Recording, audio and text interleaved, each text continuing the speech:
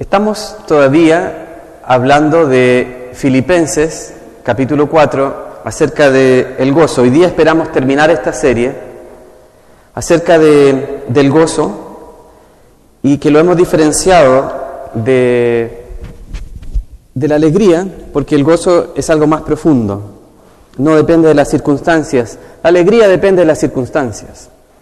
La alegría depende de un evento, depende de cómo amaneció el día. Pero el gozo no.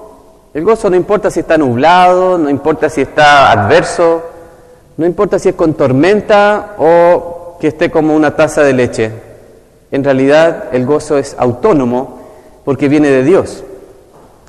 Y hemos tomado el texto de Filipenses 4, desde el verso 2 hasta el verso 9, y vamos a leerlo una vez más. Dice: ruego a Evodia y también a Síntique que se pongan de acuerdo en el Señor.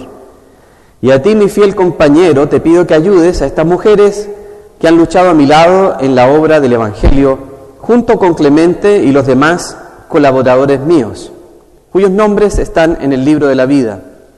Alégrense siempre en el Señor, insisto, alégrense. Que su amabilidad sea evidente a todos, el Señor está cerca.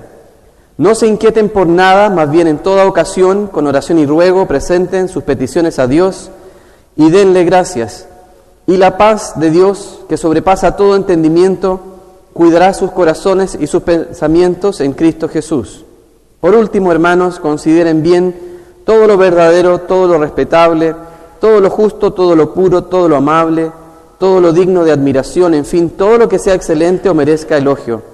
Pongan en práctica lo que de mí han aprendido, recibido y oído, y lo que han visto en mí, y el Dios de paz estará con ustedes.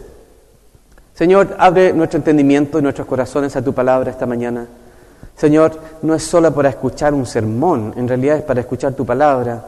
Y te pido, Dios, que esta llegue a nosotros como esa espada de doble filo que es capaz de cortar lo más profundo de nuestro ser, Señor, y mostrarnos que necesitamos de esa palabra gloriosa para transformar nuestras vidas. Señor, ven esta mañana y llénanos de tu palabra. En el nombre de Jesús. Amén.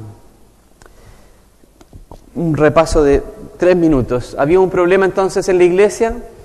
Había 2 hermanas que estaban en una situación que no sabemos, Evodia y Síntique, y se levanta un hermano, un tercero, que en la Biblia aparece como el fiel consejero, un obrero fiel, que en realidad era Cícigo, un hermano que era como una especie de intercesor, un hermano que era capaz de ponerse en medio de las dificultades, un conciliador. Y hablamos entonces que en la iglesia siempre va a haber conflictos, pero necesitamos siempre una conciliación. Siempre tenemos que buscar eso, por más difícil que sea. Y es difícil, la verdad es que es difícil. A veces toma tiempo, pero tenemos que apuntar hacia eso, a buscar restauración al interior de la iglesia. Después dijimos que era lo más importante en la vida es que tu nombre esté escrito en el libro de la vida. No importa si te nombraron o no, no importa si estuviste en la lista que tenías que aparecer, si tu nombre apareció o no en el periódico, no interesa mucho. En realidad importa más que aparezca en el diario de Dios, en ese libro que Él tiene. Y después hablamos acerca del alegrarse y que había 2 maneras para tener el gozo de Dios. Las 2 llaves era ser amables, es decir, enfocarnos en los demás, y la segunda era entender de que el Señor está cerca. Porque si el Señor está cerca, esta tribulación momentánea se acabará. Nada es permanente, incluso tampoco el dolor lo es. Y entonces dijimos que la Biblia nos llamaba a no inquietarnos por nada. Dice ahí, no se inquieten por nada. Y ahí hablábamos de que hay personas que a veces se acostumbran a vivir con un nivel de estrés o un nivel de preocupación. Y la Biblia nos dice que eso no es necesario. En realidad no hay que hacerlo. Hay que llevar toda carga, toda preocupación delante de Dios. No es solamente un poquito de la preocupación, sino que toda la preocupación delante del Señor. Y vamos a hablar hoy día acerca de cómo se hace esto, cómo se materializa esto, de llevarlo, porque a veces puede ser complejo para algunos de nosotros entender cómo lo hacemos. Porque venimos aquí adelante y muchas veces venimos adelante, pero nos vamos a la casa igual como llegamos. ¿Y cómo se hace para hacer la diferencia? Y también la palabra nos habla de eso. La primera cosa que yo diría, comenzando este texto ahora, a partir entonces desde el verso 6, que dice: no se inquieten por nada, más bien en toda ocasión, con oración y ruego, presenten sus peticiones a Dios y denle gracias. Sería afirmar que necesitamos cambiar nuestras preocupaciones por oraciones. Cambie sus preocupaciones por oraciones. Es decir, tomemos una posición activa respecto de nuestras preocupaciones. Si algo nos preocupa, oremos por eso. Oremos. Y no dejemos la oración para el final. No dejemos la oración cuando ya sea crítico, cuando ya estemos hundidos. No deje la oración para el final. Póngala al comienzo. Esté orando inmediatamente que haya una inquietud en el corazón, póngase a orar. Ahora, ¿qué es la oración? Aquí si ustedes ven sus Biblias, dice en toda ocasión con oración y ruego. Distingue entre oración y ruego. Otras versiones dicen oración y súplica. Ahora, ¿qué significan estas dos palabras? La primera, oración, viene de proseuse, que es el término general para la palabra oración. Cuando entendemos oración, vamos a orar proseuse, cuando vamos a dirigirnos a Dios. Ahora, yo no voy a hacer una cátedra de la oración esta mañana, pero sí solamente quiero que usted tenga un pensamiento sobre la oración. La oración siempre es de abajo hacia arriba. Y ponga atención sobre este punto. La oración siempre es desde abajo hacia arriba. La oración nunca es horizontal. Por más confianza que yo tenga en Dios, Dios sigue siendo Dios. Y por más confianza que yo tenga en Él y en su misericordia y su gracia, yo sigo siendo un pecador. Tengo que reconocer mi lugar en la oración. A veces hoy en día cuesta incorporar este sentimiento. Cuando alguien le dice que tiene que ser reverente, porque vivimos en un tiempo, en una cultura en que la reverencia no es bienvenida. Yo recuerdo que hace años atrás, cuando estaba como presidente, el presidente Lagos, se presentó algo curioso, que él estaba en una plaza y había un grupo de estudiantes sentados. Y cuando él llegó a saludarlos, ninguno de los estudiantes se paró, sino que se quedaron sentados y le dieron la mano así nomás. Y ustedes saben cómo era el presidente Lagos, ¿verdad? Él los hizo parar y les recordó que él era el presidente. Yo no estoy diciendo que usted le guste Ricardo Lagos, solamente estoy diciendo de que se manifestó allí algo que está mal.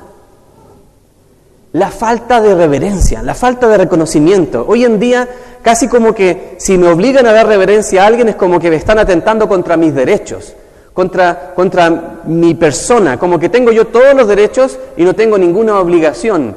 Pues bien, la palabra de Dios nos dice que al acercarnos a Dios, tenemos que acercarnos con reverencia, desde abajo hacia arriba. Y hoy día nos cuesta hacer eso, porque preferimos ver a Dios como dicen algunas personas, y perdón por decir esto, pero algunas personas se refieren al Señor Jesús como el flaco, como el buena onda. ¿Han escuchado eso alguna vez? Porque yo lo he escuchado muchas veces. Es como que es tan cercano a nosotros, que el Señor va a entender todo. Si Él es como, no sé, como un hippie, digamos, que es un buena onda, pero en realidad la Biblia afirma que Jesús es Dios. Dios. Y hermanos y hermanas, usted no es Dios.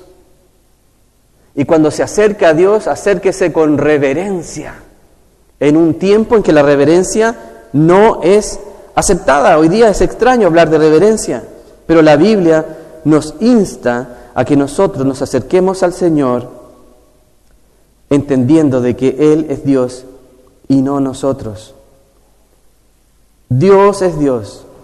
Yo reconozco mis limitaciones y mi propio pecado que me desvía y enceguece. Yo soy el que necesita ayuda, no Dios. Yo estoy de rodillas delante de Él, no Él. De abajo hacia arriba. Nunca se olvide de su posición ni de la dirección. Recuerde quién es Dios. Y no es que Dios esté inseguro, es que para acercarse a Dios tenemos que reconocer que nosotros necesitamos de Él. Para acercarse a Dios es importante saber que Él existe y que Él es Dios y que nosotros somos los necesitados. Debo ir con reverencia. En la carta de Santiago encontramos lo siguiente, en los versos 6 y 10 del capítulo 4 de la carta de Santiago, dice: pero Él da mayor gracia. Por esto dice: Dios resiste a los soberbios, y da gracia a los humildes. Someteos pues a Dios, resistid al diablo y huirá de vosotros. Acercaos a Dios y Él se acercará a vosotros. Pecadores, limpiad las manos, y vosotros los de doble ánimo, purificad vuestros corazones. Afligíos, lamentad y llorad. Vuestra risa se convierta en lloro y vuestro gozo en tristeza. Humillaos delante del Señor y Él os exaltará. Humíllense delante del Señor. Si usted no se humilla, usted será humillado. Mire, para mí la posición más segura es vivir humillado, porque si me caigo, la caída no es tan grande. Cuando yo vivo humillado, la caída no es tan grande, porque sé dónde estoy, porque no pretendo algo, no pretenda nada delante del Señor. Esa es la dirección correcta, siempre de abajo hacia arriba. Luego dice la Biblia, con oración dice, y ruego. ¿Y qué es ruego? Ruego es plegaria. Plegaria viene del griego deesis. Plegaria es la oración que viene del clamor del corazón. Del clamor del corazón. ¿Sabe? Cuando se acerca a Dios, no sea político con Dios al orar. No trate de impresionar a Dios con buenas oraciones, no resulta. Los fariseos hacían eso, se ponían en las plazas, en las esquinas de las calles, y hacían unas oraciones preciosas, pero oraciones que no llegaban a Dios. Sea honesto con Dios. Dígale a Dios cómo se siente. Yo vengo de un contexto protestante muy estricto. A nosotros nos enseñaban de todo cuando niños. No sé si usted viene de mi misma cuna, pero yo tenía que saberme la confesión de fe de Westminster y el catecismo de Dort y la institución de Calvino. Y había como un mecanismo de hacer las cosas, siempre lo correcto, siempre lo incorrecto. Y está bien, creo que eso me ha hecho mucho bien, en realidad, saber algunas cosas. Pero sabe, usted tiene que ser espontáneo con Dios. Porque Dios valora eso. Dios valora la intimidad. Dios valora lo que está en el corazón. Puede que yo me sepa de memoria las cosas. Miren, lo primero que me preguntaron a mí cuando me fui a ser miembro de la iglesia, y yo hablo bien de esa iglesia porque en realidad me dejó mucha herencia, me dejó mucho conocimiento igual. Pero ¿sabe lo que me preguntaban? ¿Cuál es la primera pregunta del catecismo, de la confesión de fe de Westminster? La primera pregunta dice, ¿qué es lo más importante en la vida? Y hay una respuesta solamente en la confesión. La confesión dice, lo más importante en la vida es conocer a Dios y obedecerle gozosamente. Y si yo respondía a eso, ya tenía cara de miembro. Ya estaba como en el lugar correcto. Sabía la primera pregunta. Es como saber primero, la primera ley. Pero cuando yo voy delante de Dios, no voy con palabras correctas. Voy con mi corazón. ¿Saben? Yo no sé si usted tiene los enredos que yo tengo, pero a veces cuando yo me dirijo a Dios, hasta a veces yo discuto teológicamente si es correcta mi oración. Y empiezo a ver, Señor, ¿pido que tú sanes a esa persona o es tu voluntad que se muera? ¿Pido que se sane o pido hágase tu voluntad? ¿Pido que tú seas un Dios glorioso que se manifieste con poder o pido que seas el Dios soberano que determina las cosas? ¿Qué pido? ¿Y sabe lo que hay que hacer? Pedir desde el corazón. Pida desde el corazón, porque a Dios usted no lo va a impresionar con su teología. A Dios no le interesa la teología, créalo. A Dios le interesa su corazón. Así que cuando usted ore a Dios, pida lo que está allí. No se traicione a sí mismo pensando de que, estará correcto. No, pida lo que está en su corazón. Cuando yo voy a orar por un enfermo, yo ya dejé las oraciones de, y si Señor, y tal vez que si tú quieres, y si tal vez dentro de tu espacio de tiempo infinito tú tenías programado. ¡No! Señor, sánalo. Y después me dan las explicaciones, pero yo te voy a decir lo que está en mi corazón. No se ponga a hacer un debate teológico con Dios. Sea honesto con el Señor. Yo creo que Dios anhela mucho más eso, lo íntimo del corazón, la verdad del corazón. Entonces una plegaria, un ruego, es algo que viene del corazón. Esto nos saca del legalismo, esto nos aleja de las oraciones correctas y eso le permite a usted ser como es delante de Dios. Sea usted delante de Dios, haga esas oraciones, atrévase a hacer esas oraciones que vienen de su corazón. No va a impresionarlo. Lo que impresiona a Dios es ver a un hijo arrepentido delante de Él, que le clama desde el fondo de su corazón. Para acercarse a Dios hay que creer que Él existe. Hebreos 11:6 dice: pero sin fe es imposible agradar a Dios, porque es necesario que el que se acerca a Dios crea que Él existe y que recompensa a los que le buscan. ¿Qué significa eso? Que cuando usted ore, crea que va a ocurrir algo. Cuando usted se acerca a Dios, por favor, crea que algo va a pasar. Lo peor que usted puede hacer con sus oraciones es sencillamente relatos y no esperar nada. La Biblia dice que eso es incorrecto. Usted tiene que esperar algo de parte de Dios. Eso se llama fe. Lo que no vemos, lo esperamos, dice la Escritura. Lo esperamos y esta esperanza no me avergüenza. Porque algunos dirán: a ver, ¿dónde está tu respuesta? No me avergüenzo del Dios en el cual yo creo y le sigo entregando mi oración a Él. Y en algún momento yo veré su gloria. Y en algún momento yo veré su gloria. No haga oraciones educadas. Haga oraciones que lleguen al trono de Dios y que cambien la realidad. Hermanos, su oración puede tener un impacto profundo en la mano de Dios y Dios puede obrar en aquellas cosas que usted piensa que jamás pueden cambiar. Otra versión de la Biblia, sobre el mismo verso de Hebreos 11:6, dice: de hecho, sin fe es imposible agradar a Dios. Todo el que desea acercarse a Dios debe creer que Él existe y que Él recompensa a los que lo buscan con sinceridad. Con sinceridad. Acérquese a Dios con sinceridad. Hemos explicado otras veces de dónde venía la palabra sincero o sinceridad. Usted sabe que la madera, como este púlpito, por ejemplo, cuando el carpintero está trabajando, a veces hay puntos en que la madera tiene imperfecciones. Y al pulir o al sacar la madera, quedan como pequeños hoyitos, porque la madera es imperfecta, o qué sé yo, había un gusanito, no tengo idea. Un nudo. ¿Y saben lo que hacen? Le ponen cera y luego le pasan barniz encima. La palabra sinceridad viene de sincera.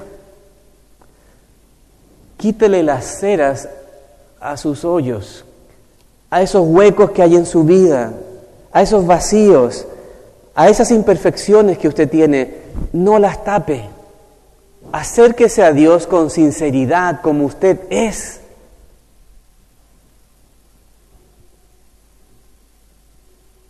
Otra característica de la plegaria es que siempre es específica.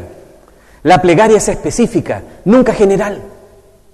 Cuando usted ore, no haga oraciones generales. Señor, bendíceme. Bien, suena bien, pero ¿cómo? ¿Cómo quieres que lo haga? ¿Se imaginan que yo le digo a mis hijos qué quieres para Navidad o qué quieres para tu cumpleaños? Y él dice: papá, bendíceme. Y tú lo quedas mirando y le preguntas: ¿pero cómo? Y él te vuelve a decir: Padre soberano, pastor, esposo de Anemic. Porque así hace uno, empieza a recordarle a Dios quién es. ¿Verdad? Tú que vives en Iberia 261. Así nos enfrentamos con Dios. Le empezamos a explicar quién es Él. Primero le explicamos: tú eres poderoso, eres gigante, eres maravilloso, Rey de Reyes. Le sacamos su currículum a Dios. Y le explicamos a Dios, porque parece que se le olvidó, le explicamos que Él es poderoso. Y luego, cuando tenemos que pedir, cuando llega el momento precioso en que hay que decirle a Dios lo que hay que decir: bendíceme. ¿Cómo? ¿Cómo quieres que lo haga? Dile a Dios cómo. Explícale de manera específica. Sea específico en sus oraciones. En 1 de Juan 5, 14, 15, en la nueva versión viviente, esta nueva versión que a veces usamos, dice así: y estamos seguros de que Él nos oye cada vez que le pedimos algo que le agrada. Y como sabemos que Él nos oye cuando le hacemos nuestras peticiones, también sabemos que nos dará lo que le pedimos. Dios nos dará lo que le pedimos. Dios te va a dar lo que le pides. Es importante ser específico. Ve al Padre Nuestro. Lo que nos decía Wanda esta mañana, el Padre Nuestro es muy específico. Señor, ¿qué pide? Dame el pan. Señor, hágase tu voluntad y no la mía. Señor, perdóname a mí como yo perdono a los demás. Es muy específico, es muy concreto. Jesús nos enseñó a orar de esa manera. Sea específico con sus oraciones. Somos más reales cuando somos específicos. Recuerdo que hace unos años atrás, uno de mis hijos quería una zapatilla.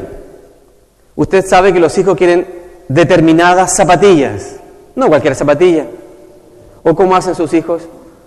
¿O los míos nomás lo hacen? Papá, yo quiero esa zapatilla, de esa marca, y uno dice, ya ok, zapatilla de esa marca es suficiente. No, papá, todavía no he terminado.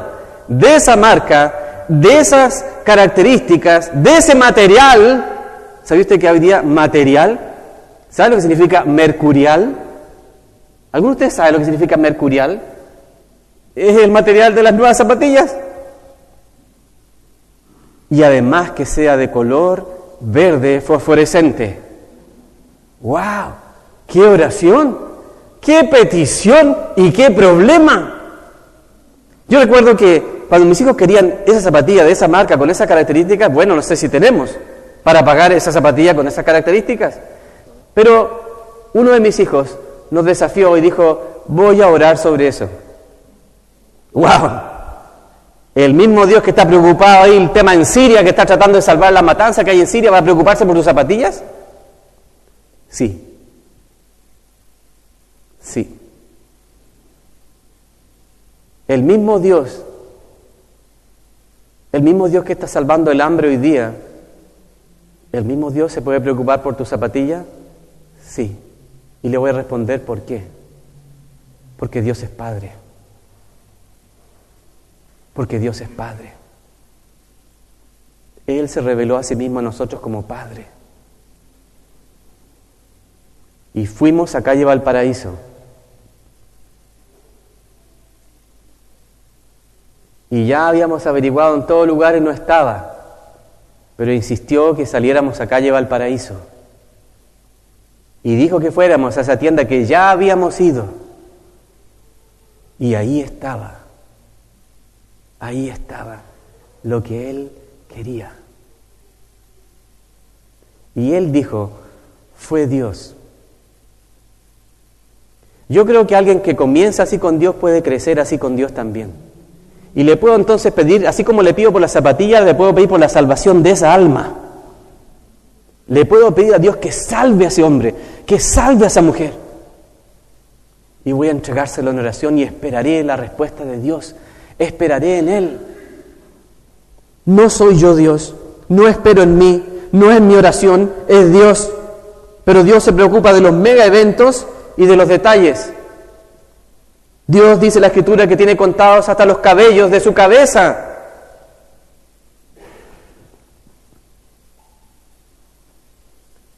Nuestras oraciones deben madurar con el tiempo, sí. Y tendremos que enfocarnos menos en nuestras zapatillas y más en las cosas de Dios. Con el tiempo tendremos que madurar. Y al finalizar el verso, dice,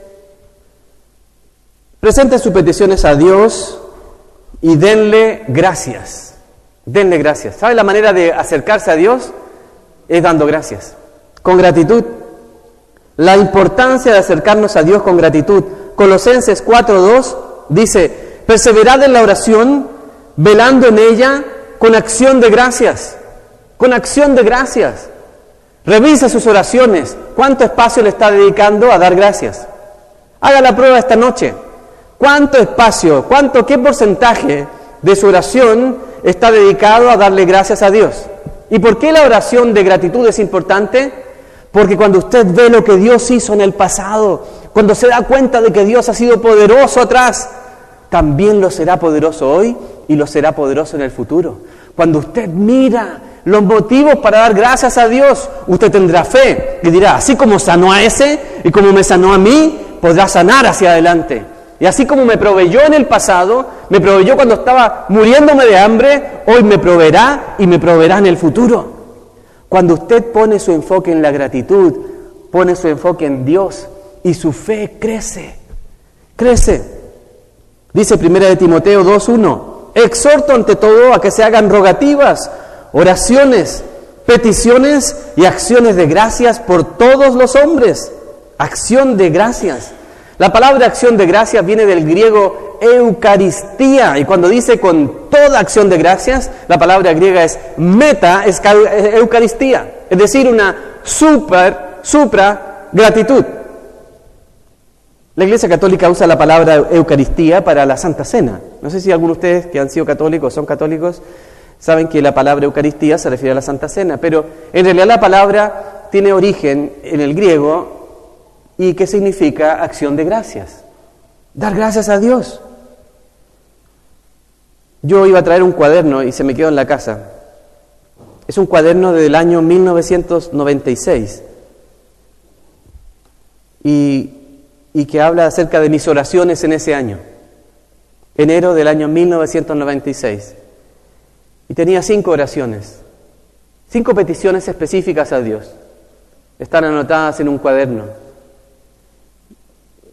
La primera era que Dios me restaurara completamente. Yo venía de un periodo muy crítico en mi vida, del año 95. Que Dios hiciera en mi vida una restauración completa. La segunda oración era que pudiera titularme de una vez. Ya estaba a punto, sí, pero quería ya empezar a trabajar. Quería un trabajo y ganar dinero para hacer una vida más o menos normal. Quería también, mi tercera oración era pedirle a Dios una iglesia, porque había salido de mi iglesia, desde que había estado desde niño y ya no estaba allí, y andaba buscando iglesia. Yo entiendo el dolor que significa salir de una iglesia. La razón por la cual salí era mi propia vida. También le pedí a Dios que Él me clarificara mi llamado misionero. Yo quería tener claridad sobre si iba a ser misionero o no. Y mi última oración, la número 5, era una esposa. Y Dios respondió las 5 oraciones. Y todavía yo me acuerdo cuando me di cuenta.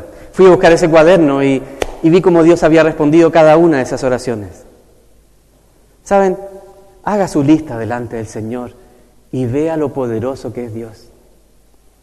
A veces nos olvidamos de mirar las respuestas de Dios. No solo damos gracias por lo pasado, sino que también debemos ser agradecidos con Dios, con nuestro presente, con lo que tenemos hoy. ¿Sabe? Sea agradecido con su vida como es. No sé cuántos de ustedes vinieron acá esta mañana y dijeron, Señor, gracias porque estoy sano. No sé si alguno hizo esa oración, pero gracias a Dios porque estoy sano. Y porque puedo ir caminando a la iglesia o puedo venir en el auto y mi mente funciona todavía. Gracias a Dios porque puedo venir a la iglesia. Es un buen motivo. Tengo una amiga, una gran amiga, mayor que yo. Ella se llama Joan Duncan. La Joan es una mujer muy sencilla, pero yo he aprendido 2 o 3 cosas de su vida que han marcado poderosamente mi propia vida. Ella venía de una familia de mucho dinero y por X razones cayó en una quiebra. Quedó la Joan sin nada.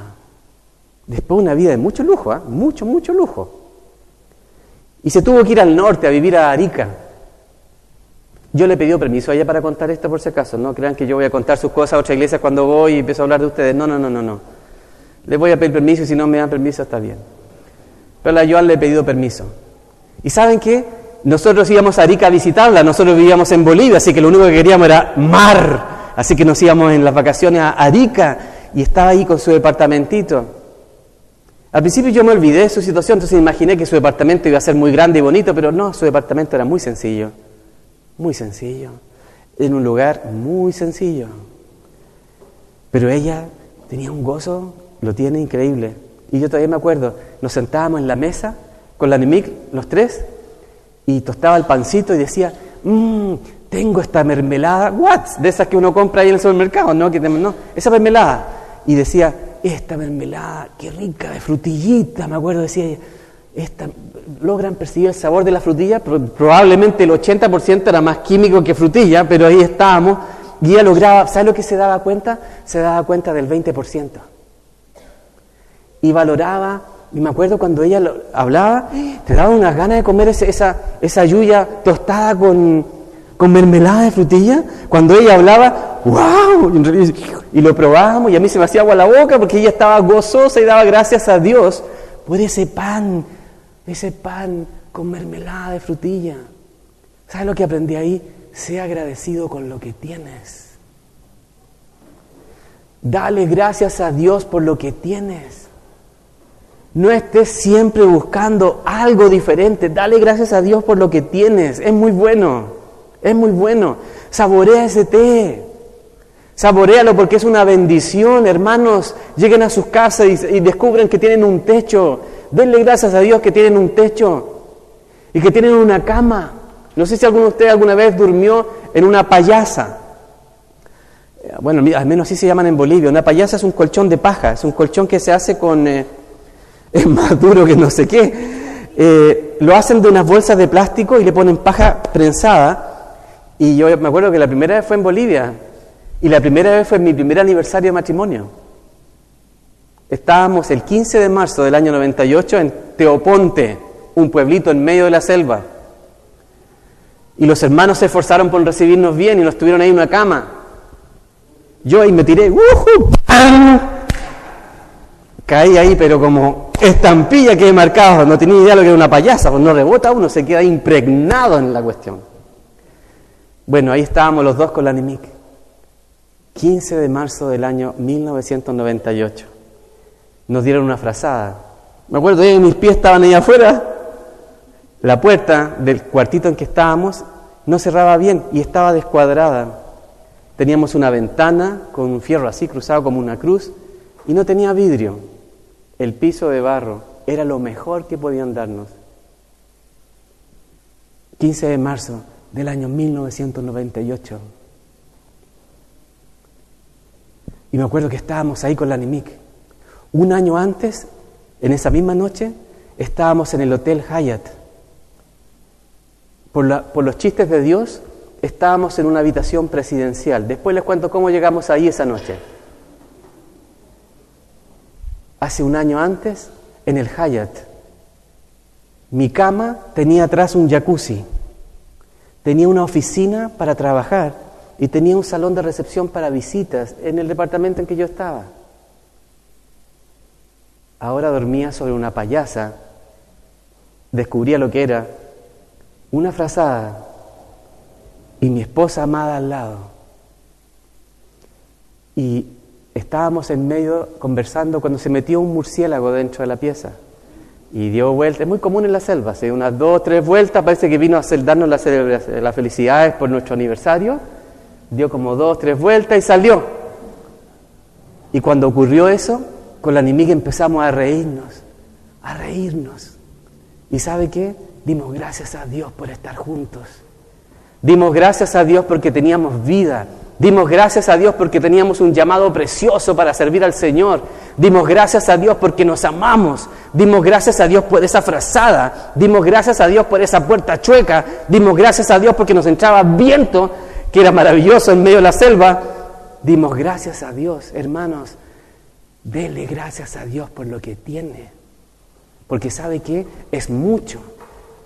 Y si nos enfocamos más en la gratitud a Dios, sus oraciones van a cambiar. Sus oraciones van a ser más lindas, van a ser más enfocadas en la voluntad de Dios.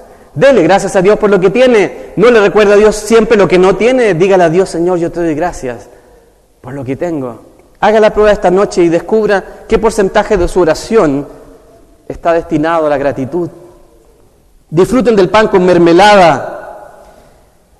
En la traducción de este mismo pasaje, la traducción siria y etíope, dice que demos gracias a Dios en todo momento.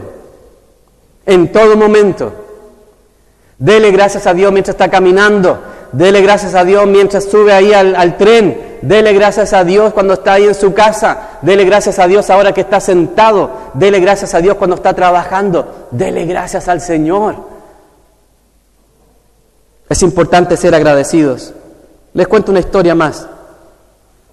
En Lucas 17, 11 al 19, hay una historia de 10 leprosos.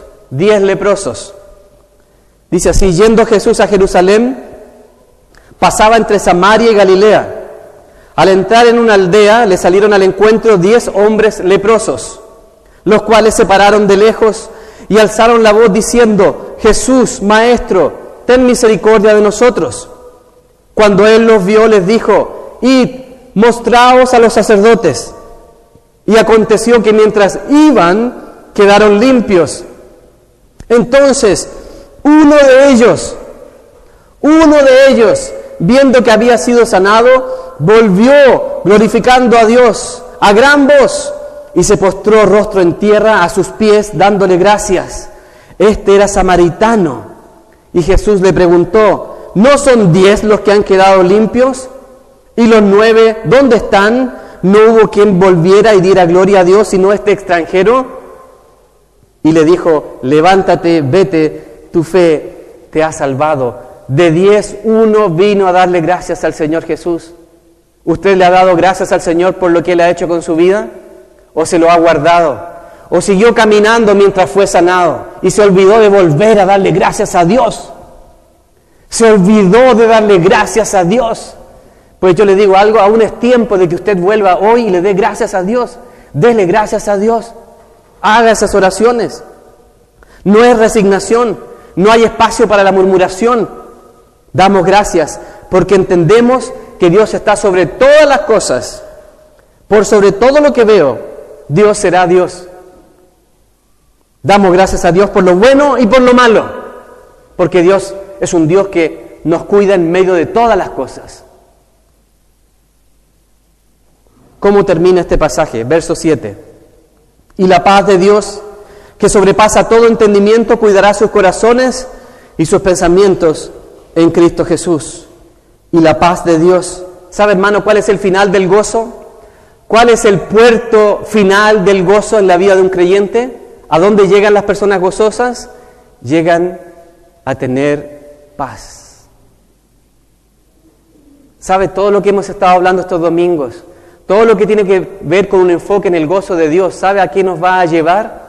A tener una vida que tiene paz, pero no la paz que el mundo da, la paz que Dios puede dar solamente.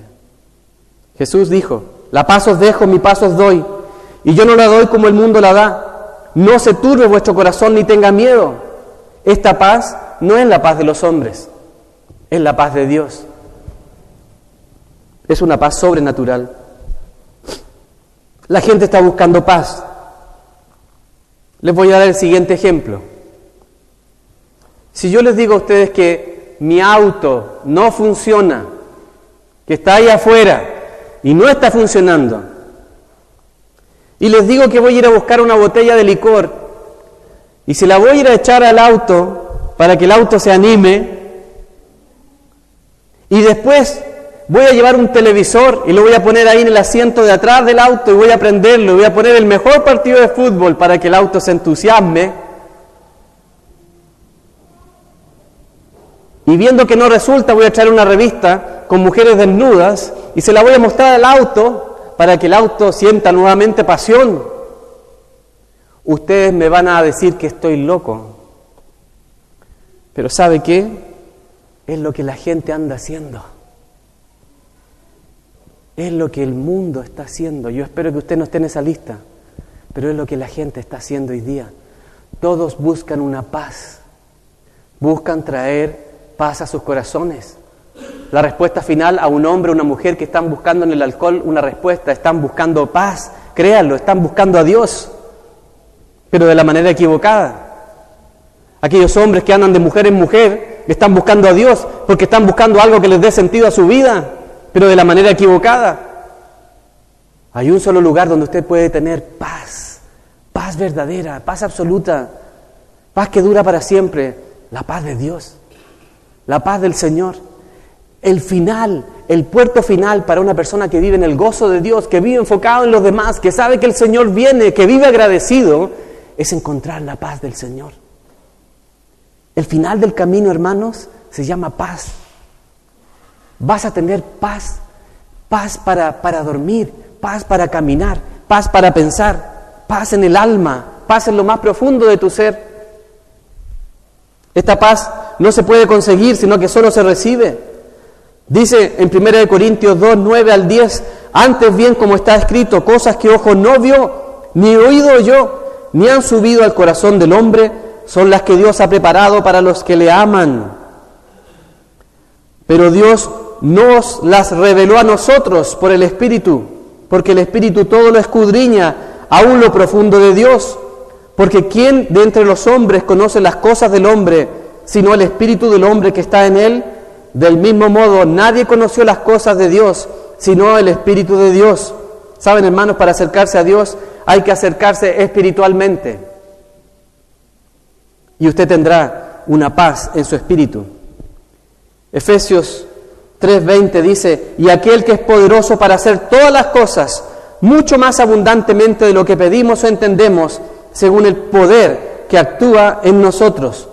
Dios le dará a usted algo mucho más grande de lo que piensa, mucho más abundante de lo que usted pide o entiende. La paz de Dios no es una paz comprensible, no es una paz intelectual, no es una satisfacción emocional, no es una satisfacción intelectual. La paz de Dios es algo que puede cambiar nuestra vida. Mire lo que dice el verso 7, y la paz de Dios, que sobrepasa todo entendimiento, cuidará sus corazones y sus pensamientos en Cristo Jesús. La palabra cuidará viene de guardar, de guardar. Y esta palabra en griego es la palabra que se usaba para los centinelas de los batallones y de los fuertes. Es la palabra que se usa para un guardia. La paz de Dios llegará a ser para ti un guardia que cuidará tu corazón y tus emociones y tus pensamientos. La paz de Dios vendrá a ser como un centinela en tu vida que no permitirá que tú subas y bajes como lo hace el mundo, sino que tendrás una vida en la paz de Él, en la paz de Él. Isaías 26:3 dice, tú guardarás en completa paz a aquel cuyo pensamiento en ti persevera, porque en ti ha confiado. Tú guardarás en completa paz a aquel cuyo pensamiento en ti persevera. Hermanos, perseveren en el Señor y Él les dará su paz, su paz. Y llevará, dice, como dice la versión internacional, verso 7, y la paz de Dios que sobrepasa todo entendimiento, cuidará sus corazones y sus pensamientos en Cristo Jesús. Corazones y pensamientos. Corazón es lo más profundo. Cuando habla de corazón se refiere al alma. Y el alma se refiere a la mente, a las emociones y a la voluntad. Cuando habla de pensamientos, se traduce finalmente en eso, en la forma en que razonamos este mundo y entendemos el mundo. Si la paz de Dios gobierna tu corazón y tus pensamientos, tú podrás experimentar lo que Dios quiere para tu vida, una vida en Cristo Jesús.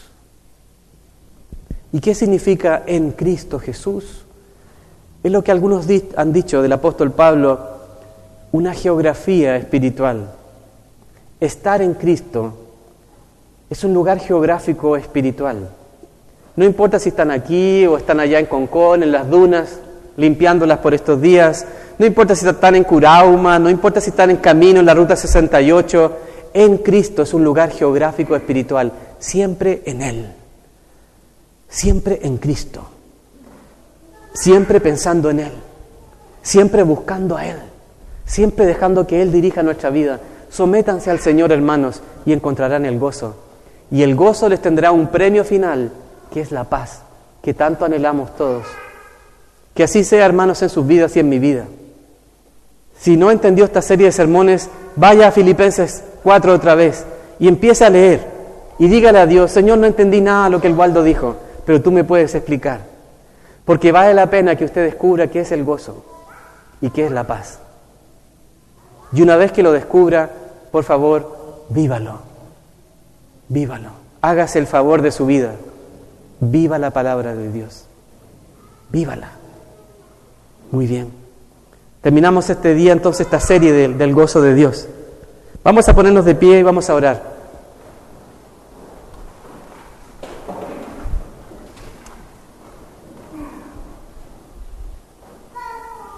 Haga su oración ahora, antes de irse.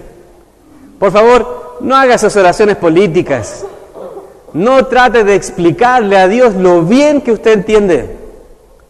No le trate de decir a Dios lo poderoso que es Él, porque Él ya lo sabe. Solo haga su oración. Antes de irse aquí, haga esa oración.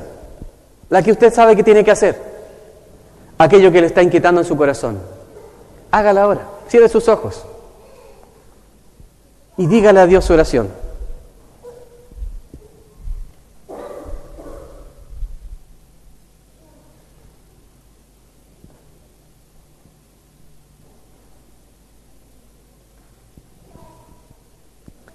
Señor, escucha las oraciones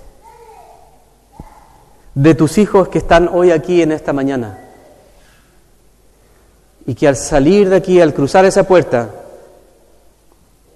ellos se vayan con tu gozo, tu paz y con Cristo en el corazón. Que ya no se vayan con ese problema o esa situación, que se vayan con gozo, que se vayan con paz y con Cristo en el corazón. Señor, te damos gracias esta mañana. Pedimos que tu palabra sea viva en mí, en nosotros. Que el amor de Dios, la gracia de nuestro Señor Jesucristo y la comunión de su Santo Espíritu sea con cada uno de nosotros, ahora y siempre. Amén.